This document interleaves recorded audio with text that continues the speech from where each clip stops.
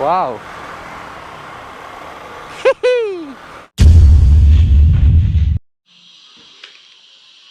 Hello ji, good morning, welcome back to my new vlog. तो guys हमारी वृंदावन वाली trip complete हो चुकी है। ये राइट मेरी देहरादून से शुरू हुई।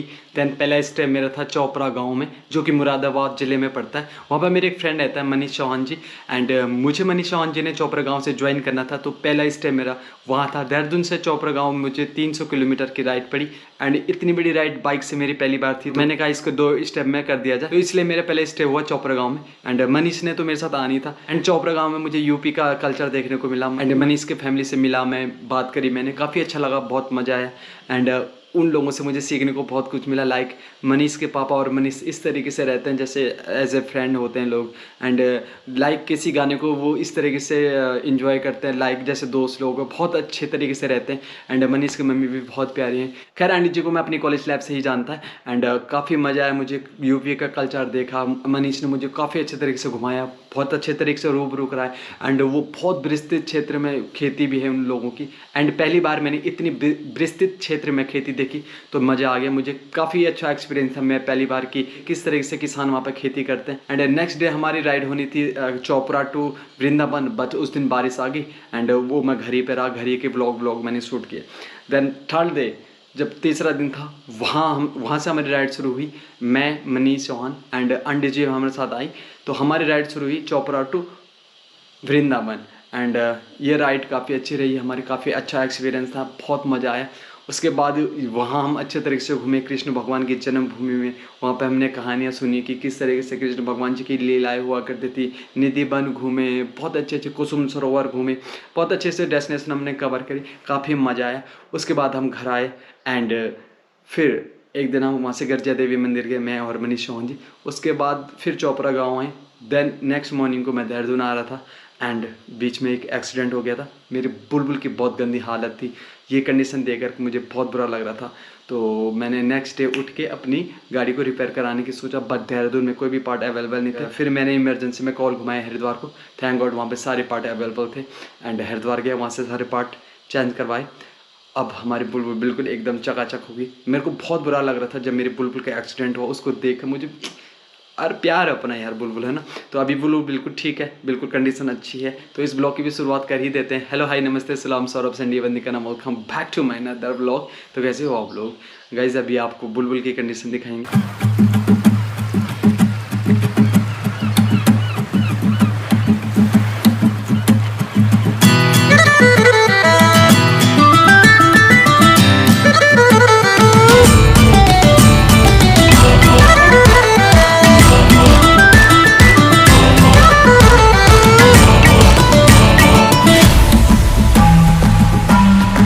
तो गाइस ये रही बुलबुल की कंडीशन, एकदम बिल्कुल ब्रांड न्यू हो गई अपनी बुलबुल। तो इसकी टेंशन हम गई कि हाँ बुलबुल ठीक है बिल्कुल अपनी बुलबुल। एंड घर का सीन बताऊँ तो घर पे कोई है नहीं, अथर्वी लोग सब अपने नानी के घर जा रखे हैं। तो तुम्हारे संडे भैया अकेले ही हैं घर पे, अकेले। तो गाइस आज का कुछ प्रोग्राम थे। एंड मेरे को बहुत कुछ काम करना था, बट आज का कोई भी प्रोग्राम नहीं है। फिलहाल मैं घर ही पे हूँ। And daily blogging is a big task A YouTuber, A blogger, क्योंकि डेली ब्लॉगिंग बहुत डिफिकल्ट हो जाता है। एंड जो ब्लॉगिंग में मेरे साथ तो ज़्यादा ही होता, बहुत सारी मैं प्लान क्रिएट करता हूँ, बट उस पर कुछ ना कुछ ऐसा हो जाता कि वो सक्सेस नहीं हो पाते। फिलहाल तुम्हारे संडे भैया घर पे हैं, जो कुछ बातें होंगी वो आपके साथ शेयर करेंगे। तब तक आप वृंदावन वाले ब्लॉग देखो, जो ब्लॉग आपने देखे नहीं, बहुत सारे अपलोड किए हुए हैं। तो गाइस मैं घर पे बैठा हूँ, तो कुछ वीडियोस क्लिप देखी थी मैंने। एंड आप सभी से मैं कुछ बातें करना चाहूँ, बिकॉज मैं भी अभी तीर्थ करके आया हूँ। मैं भी अभी कृष्ण भगवान की इस पावन धरती पे आया हूँ। तो आप लोगों के बीच में एक बात रखना चाहता हूँ, जो कि थोड़ा सा गंभीर विषय भी है।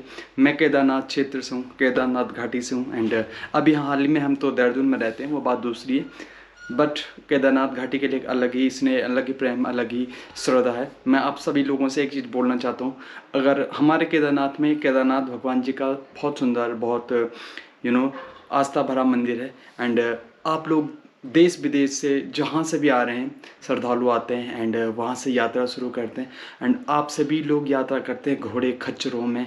एंड देन डंडी कंडी में करते हैं। तो एक मेरे को एक चीज़ बहुत बुरी लगी, क्योंकि बहुत गंदी कंडीशन हो रही है वहाँ पर, घोड़ों खच्चरों की लाशें बिछ रही हैं, घोड़ों खच्चरों को, उन पे कुछ भी दया नहीं आ रही है लोगों को। भैया इतने मोटे मोटे 1.5-2 क्विंटल वाले बंदे घोड़े पे बैठे हैं, 70 किलो के 80 किलो के घोड़े में बैठे हैं, तो बहुत भयंकर सीन हो रहा। तो गाइज़ मैं आप सभी से रिक्वेस्ट कर रहा हूँ कि अगर आप यहाँ पे आए, आप तीर्थ करना चाहते हैं तो प्लीज़ अपने 2 टांगों पे जाएं।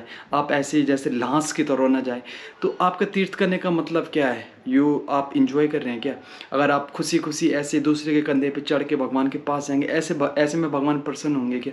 तो गाइज प्लीज़ आप सबसे रिक्वेस्ट है, अगर आप उत्तराखंड में आते हैं और केदारनाथ जैसे तीर्थ स्थल पे जहाँ पे बहुत श्रद्धा होती है लोगों की, वहाँ पे जाने की कोशिश करें तो कृपया पैदल चलें। अगर आपको पूरा दिन भर लगता है, कोई दिक्कत नहीं, आराम आराम से चले, फील करके चले। एंड घोड़े में जा करके कोई फ़ायदा नहीं है, क्योंकि आप लोगों की वजह से घोड़े खच्चरों का बहुत प्रॉब्लम हो रही है। एंड आप लोगों की वजह से जो घोड़े खच्चरों की हालत होती है वहाँ पे, उन पे कोई भी दया नहीं करता है और उनकी डेथ भी हो जाती है। वो उनके अगर पीठ में देखा जाए तो बहुत सारे घाव होते हैं।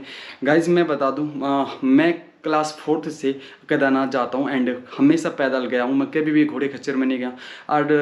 एंड आप लोगों को मैं ये भी बता दूँ कि अगर आप घोड़े खच्चर में जाएंगे ना, तो उसमें आपको इतना आनंद, इतना फील नहीं होगा। अगर आप पैदल जाएंगे, एक तो मन खुश रहता है, और अगर आप उस चढ़ाई पे जा रहे हो तो काफ़ी आपको सुंदर दृश्य देखने को मिलेंगे। आप रुक रुक के जाएंगे, उस चीज़ का आनंद लेके जाएंगे। और दूसरी बात है कि आपका स्वास्थ्य में भी सुधार रहेगा, बिकॉज एक प्रैक्टिस होती है ना, कार्डियो हो जाता है आपको ना।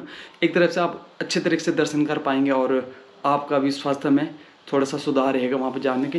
एंड दूसरी बात है कि वहाँ के जो लोग होते हैं जो कहते हैं हमारा रोज़गार वगैरह, ये सब आपकी ही गलती है जो इतना बड़ा कदम उठा रही सरकार। बिकॉज ये लोग घोड़े खच्चरों पे कोई जान नहीं देखते हैं, उनको पहले तो उनको यूज़ करते हैं इतने अच्छे तरीके से, उसके बाद भी उनको अगर कोई ट्रीटमेंट की ज़रूरत हो तो नहीं, सब सीज़न आ रखा है तो चले जाएं। तो ये ज़रा सा बुरा लगा मेरे को। एंड बहुत दयनीय स्थिति है घोड़े खच्चरों की, तो ऐसे ना करें। एंड मेरे सबसे रिक्वेस्ट है, वो तीर्थ नहीं है जब आप किसी के पीठ पे जा रहे हैं, कंडी में जा रहे हैं, डंडी में जा रहे हैं, लाइक कि कोई किसी की डेथ होने के बाद ले जाते हैं या कोई बीमार होता है तब ले जाते हैं। आप ऐसा ना करें। अगर आपको केदारनाथ विजिट करना ही है, केदारनाथ जी के दर्शन करने ही हैं, तो आप पैदल जाएं और अच्छे तरीके से दर्शन करें।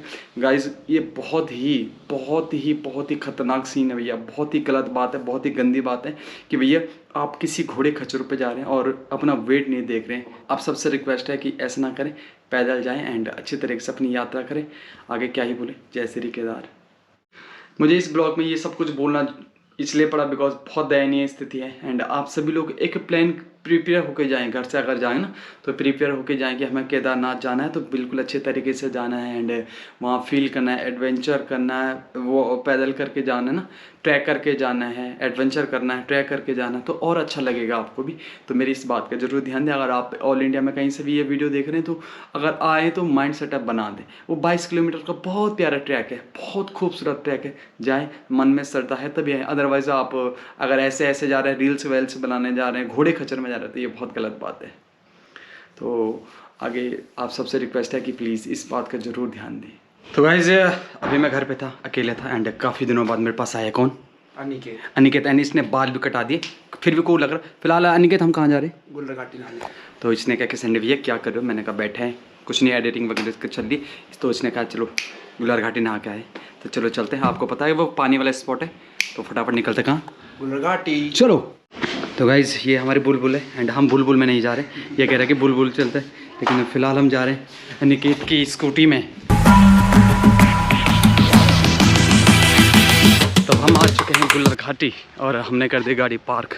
इतना खतरनाक बंदा है ना, गाड़ी अपनी बोलना किसके घर के बाहर कर रहा है, जहाँ पे CCTV लगी है उसके घर बाहर कर रहा है, क्योंकि अगर हमारी गाड़ी से पेट्रोल या चोरी हो जाता है तो जिस चोरों को सब छोड़ेंगे नहीं। देखा इतना खतरनाक खोपड़ी है इसकी, और हमें यहाँ से जाना पड़ा दूर, इतना पैदल, देखो इतना पैदल जाना पड़ा।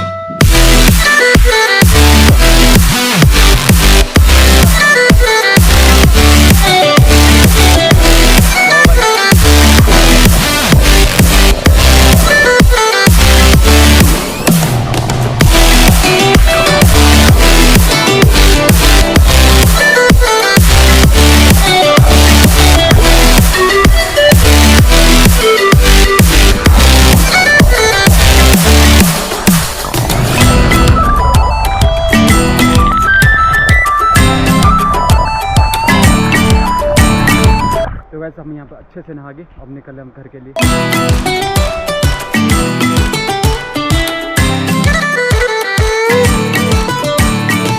तो वैसे हम घर पहुँच चुके हैं एंड थोड़ा सा रेस्ट करता हूँ, फिर इवनिंग को निकलना मार्केट, बिकॉज मार्केट में काम है। सोरंज भी जा रही घर, उसके लिए थोड़ा शॉपिंग वगैरह भी करनी, तो रेस्ट करता हूँ, फिर मिलते हैं आपसे। हाँ तो वैसे मैं रेडी हो चुका हूँ मार्केट जाने के लिए एंड काफ़ी लेट भी हो गया हूँ मैं, तो फटाफट अपन निकलते हैं, मोटो व्लॉगिंग सेटअप करते हैं। चलो चलते हैं मार्केट। और हम हो चुके हैं रेडी।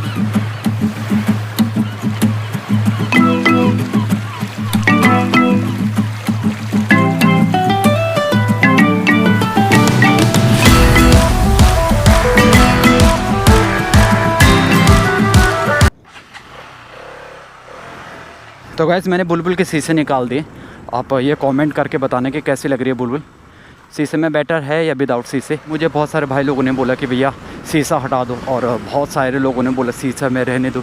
तो शीशे में गाड़ी तो पहले से थी, और जब मैं हरिद्वार गया तो मैंने शोरूम में देखी बहुत सारी गाड़ी ना, नई नई गाड़ी बिगर शीशे की थी।